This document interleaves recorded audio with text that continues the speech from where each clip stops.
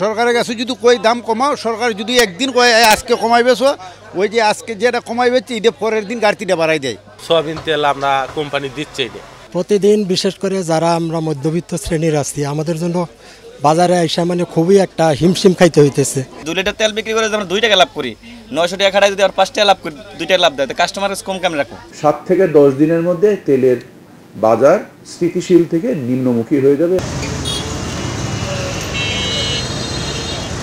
দেশের প্রধান কয়েকটি সমস্যার মধ্যে অন্যতম সমস্যা হলো দ্রব্যমূল্যের ঊর্ধ্বগতি।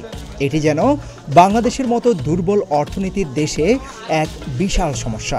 জানা যায়, ব্যবসায়ীরা বিভিন্ন পণ্যের মূল্য বৃদ্ধি করছে নিজেদের স্বার্থে।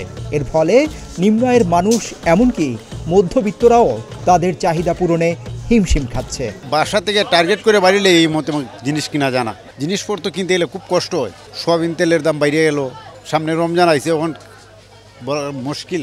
সরকারের কাছে যদি কই দাম কমাও, সরকার যদি একদিন কয় আজকে কমাইবেছো, ওই যে আজকে যেটা কমাইবেছে এটা পরের দিন গাড়িটা বাড়াই দেয়। প্রতিদিন, বিশেষ করে যারা আমরা মধ্যবিত্ত শ্রেণীর আছি, আমাদের জন্য বাজারে আইসা মানে খুবই একটা হিমশিম খাইতে হইতেছে। বর্তমানে দেখা যাইতেছে যে আপনার এই যে সয়াবিন তেলগুলা, 5 লিটারের সয়াবিন তেলগুলা মানে বাজারে দোকানে পাওয়াই যাইতেছে না, এবং দামও তারা যেটা গায়ের দাম আছে এর থেকে দেখা যাইতেছে বেশি তারা রাখতেছে। দেখা গেছে রমজান আসার আগে থেকেই যেন কিছু নিত্য প্রয়োজনীয় পণ্যের সংকট দেখা দেয়।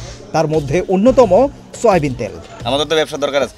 2 লিটার তেল বিক্রি করে আমরা 2 টাকা লাভ করি, 900 টাকা খাটাই যদি আর 5 টাকা লাভ করি, 2 টাকা লাভ দেয়, তো কাস্টমার কম কেমন রাখবো? ওরকম ওই ধরনের কাস্টমার এখন নাই, আগের যে কাস্টমার ছিল। মালের দাম তো আগের সেই বাড়তির তুলনায় কমে নাই, কম একটু খালি আলু আর পেঁয়াজ, মূলত জিনিসপাতির দাম বেশি। সয়াবিন তেল আমরা কোম্পানি দিচ্ছি না। 810 টাকার 18 টাকার তেল 852 টাকা করছে, তাও পর্যাপ্ত পরিমাণ তেল লাগে। সরজমিনে গিয়ে দেখা যায়, সপ্তাহখানেকের বেশি সময় ধরে আবারও রাজধানীর বাজারে সহজে মিলছে না সয়াবিন তেল। জানা যায়, কোথাও কোথাও পাওয়া গেলেও সরকারি নির্ধারিত মূল্যে বিক্রি হচ্ছে না। বর্তমান পারিপার্শ্বিক অবস্থা দেখে বোঝা যাচ্ছে বাজার পরিস্থিতি সাধারণ মানুষের ধরাছোঁয়ার বাইরে। এরকম পরিস্থিতি চলতে থাকলে জনসাধারণের জীবন হয়ে উঠবে আরও দুর্বিষহ। একটা ফ্যামিলি 5 জন 7 জন থাকে, 10 জন থাকে, সে আয়ের উৎস একজন, দেখা যায় সে 12,000 টাকা বা 15,000 টাকা পেতে পারে, তাহলে সে চলবে কি করে? যারা খেটে খাওয়া মানুষ, ছোটখাটো যারা চাকরি করে, এদের জন্য তো বেশ ক্রাইসিস। এদিকে এই বিষয়ে বাজারে তেলের সংকট এবং এই সুযোগে অতিরিক্ত দাম হাতিয়ে নেওয়া হচ্ছে সচিবালয়ে এক অনুষ্ঠানে। এমন প্রশ্নের জবাবে উপদেষ্টা বলেন, শুধু তেলে একটি সমস্যা বিরাজ করছে।